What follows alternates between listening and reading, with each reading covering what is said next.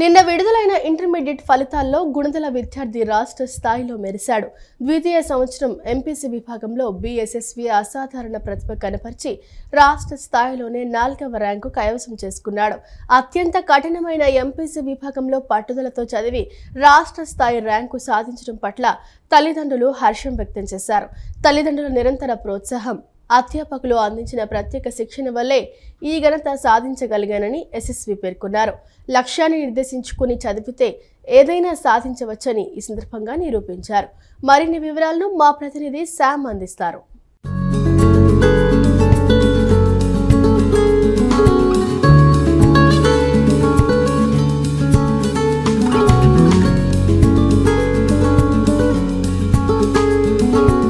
విడుదలైన ఇంటర్మీడియట్ పరీక్షా ఫలితాల్లో విజయవాడ గుణదల ప్రాంతానికి చెందిన బీఎస్ఎస్వి అనే విద్యార్థి 988 మార్కులతో ఇంటర్ ఎంపీసీ విభాగంలో 988 మార్కులతో రాష్ట్ర స్థాయిలో 4వ ర్యాంక్ సాధించారు. ప్రస్తుతం ఆ విద్యార్థి మనతో పాటు ఉన్నారు.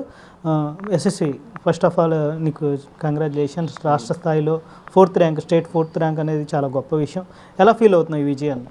సార్, నేను చాలా బాగా ఫీల్ అవుతున్నాను. ఇది చాలా బాగా కష్టపడి రాశాను. సో దాని ఫలితమే ఈరోజు నాకు వచ్చిన ఈ స్టేట్ ర్యాంక్ అనమాట.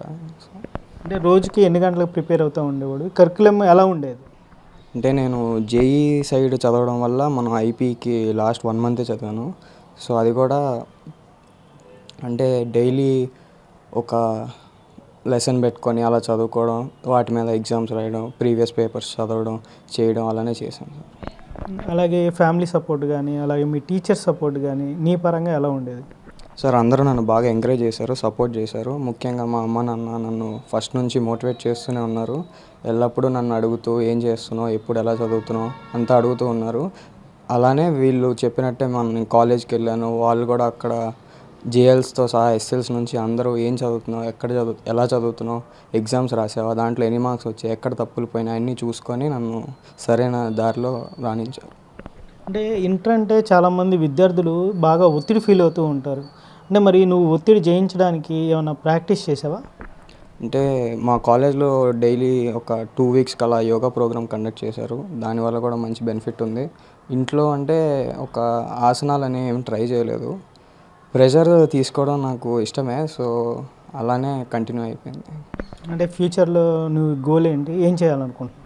సార్, ఇప్పుడు అడ్వాన్స్కి క్వాలిఫై అయ్యాను. అడ్వాన్స్ ఎగ్జామ్ రాస్తాను మేలో. దాంట్లో ఒక మంచి ర్యాంక్ వస్తే మంచి ఐఐటీలో ఇంజనీరింగ్ కోర్స్ చేసి ఫ్యూచర్లో మంచి ఇంజనీర్ అయ్యి ఏ బ్రాంచ్కి రోబోటిక్స్ కానీ ఏరోస్పేస్ కానీ అది తీసుకుందాం అనుకుంటున్నాను. Okay, all the best. ప్రస్తుతం ఎస్ఎస్వి పేరెంట్స్ కూడా మనతో పాటు ఉన్నారు. సార్, మీ బాబు స్టేట్లో 4th ర్యాంక్ వచ్చాడు. ఎలా ఫీల్ అవుతున్నారు ఈ విజయాన్ని, ఏంటి? ధన్యవాదాలండి. చాలా గర్వంగా ఫీల్ అవుతున్నానండి. ఇది వాడు వ్యక్తిగతంగా ముందు అభినందించాల్సిన విషయం అండి.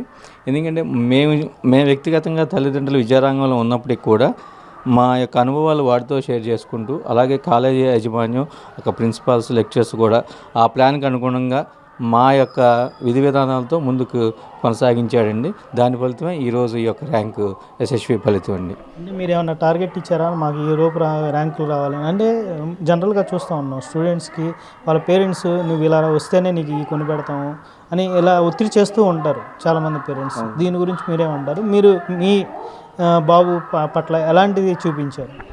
వాస్తవంగా అండి, ఇప్పుడున్నటువంటి జనరేషన్లో ప్రతి పేరెంట్కి కూడా ఒక విద్యార్థికి ఏదో రకంగా ఒత్తిడి తీసుకొస్తారండి.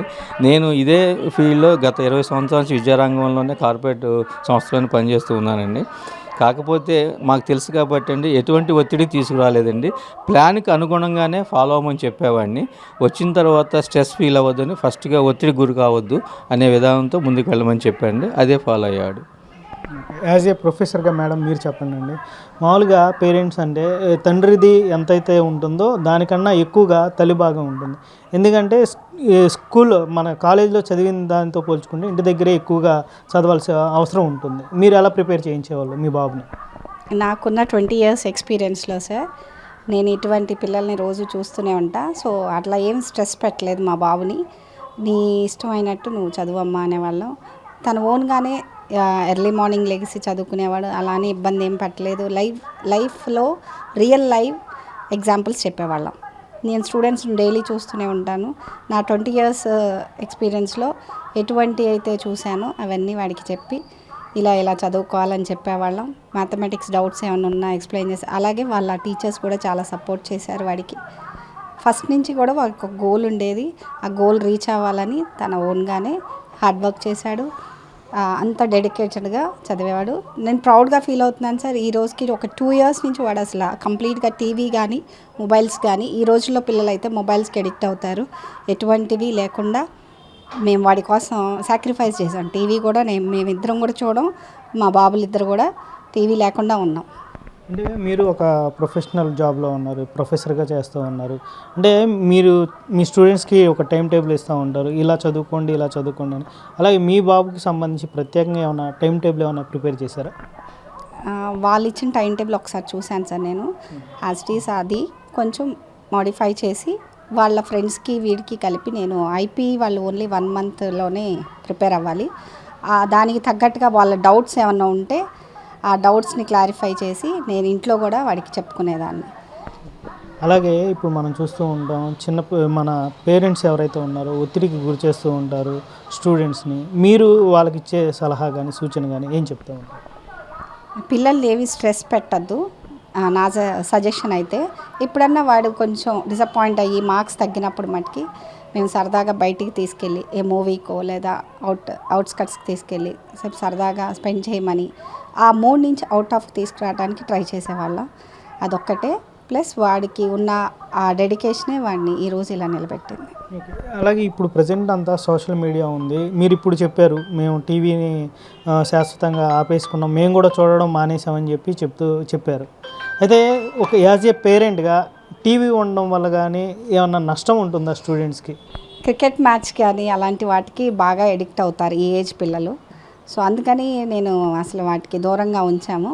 బట్ ఎడ్యుకేషన్ పరంగా ల్యాప్టాప్ ఇచ్చి వాడికి ఆ ల్యాప్టాప్లో ఎగ్జామ్స్ కానీ వాడికి కావాల్సిన డేటా వరకు మేము చూసుకోమనే వాళ్ళం టెక్నాలజీ పరంగా.